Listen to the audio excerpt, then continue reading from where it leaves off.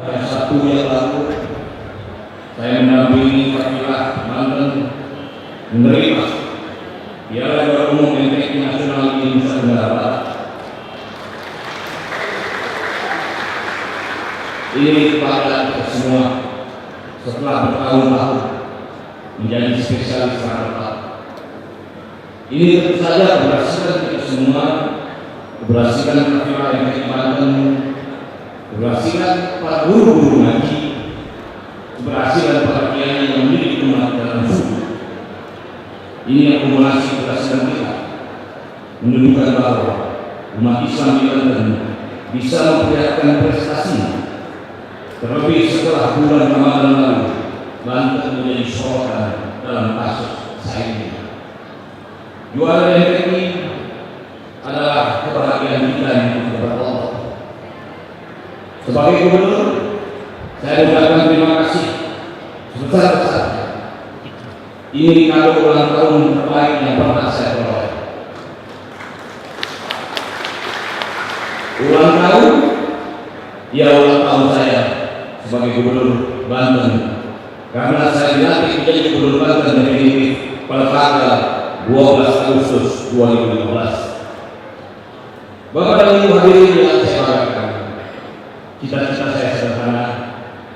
Saya ingin kelak setelah saya meninggal, masyarakat Banten mau berziarah ke makam saya. Karena itulah saya ingin mengakhiri kepemimpinan dalam keadaan husnul khotimah. Saya berharap dan berusaha menjadi tradisi baru dalam kepemimpinan Provinsi Banten. Karena itulah dalam waktu yang singkat saya berusaha meninggalkan footprint karya nyata yang bermanfaat buat masyarakat. Sekali lagi, buat masyarakat, bukan buat sidur dan keluarga. Jika bapak-bapak dan ibu-ibu hendak berkreasi ke arah selatan, ke pantai Sawarna, saya mempersilakan bapak dan ibu melalui Pandeglang, melalui Sakti. Saya mempersilakan bapak dan ibu menikmati jalan yang lurus sehingga bisa beristirahat di dalam kendaraan dengan nyaman. Saya sampaikan ini bukan untuk sombongan, hanya ingin menunjukkan bahwa saatnya masyarakat kita menikmati uang pajak yang mereka bayarkan. Saya berusaha mengikis habis tindakan-tindakan yang tak terpuji yang membuat masyarakat kehilangan kesempatan mendapatkan infrastruktur yang berkualitas karena keserakahan. Dan ini dimulai dari saya sebagai gubernur Banten. Kita tinggalkan cara-cara lama. Mahatma Gandhi mengatakan bahwa dunia dapat mencukupi kebutuhan setiap orang, tapi tidak akan cukup untuk keserakahan satu orang. Alhamdulillah, tahun ini Banten mendapatkan opini wajar dengan kekecualian dari BPK, mematahkan kutukan disclaimer yang telah menghantui pemerintahan Provinsi Banten di tahun 2014-2015. Kalau disclaimer lagi, bisa-bisa kita dapat gelas kaca. Tentu saja ini kerja keras semua unsur pemerintahan Provinsi Banten. Saya sebagai pemimpin daerah menyampaikan apresiasi yang sebesar-besarnya. Bapak dan Ibu, saya juga sampaikan bahwa saya selalu berpikir bagaimana caranya kemajuan Banten bisa tidak hanya kita capai, tapi kita percepat. Maka saya mengupayakan melalui Bapak Presiden agar jalan tol Serang Panjang bisa direalisasikan. Alhamdulillah, sekarang tahapannya sudah sampai ke tahap lokasi. Jika sudah tersambung, ini akan jadi akses yang membuka isolasi kawasan selatan sehingga masyarakat bisa lebih sejahtera. Sebagai contoh, hasil-hasil pertanian dan para petani kita bisa lebih memiliki nilai ekonomis menembus pasar nasional. Jalan tol Serang Panjang adalah salah satu saja dari 12 proyek nasional yang harus kita kawal bersama-sama. Yang lainnya adalah jalan tol Serpong Balaja, tol Kunciran Serpong, tol Serang Cilet, proyek kereta bandara Soekarno-Hatta Tangerang, tol bandara Palembang, pengembangan bandara Soekarno-Hatta, terminal LPG, pembangkit energi dari sampah, Waduk Marian, Waduk Sumatra, kawasan ekonomi khusus Tanjung Lesung, dan percepatan infrastruktur di sekitarnya.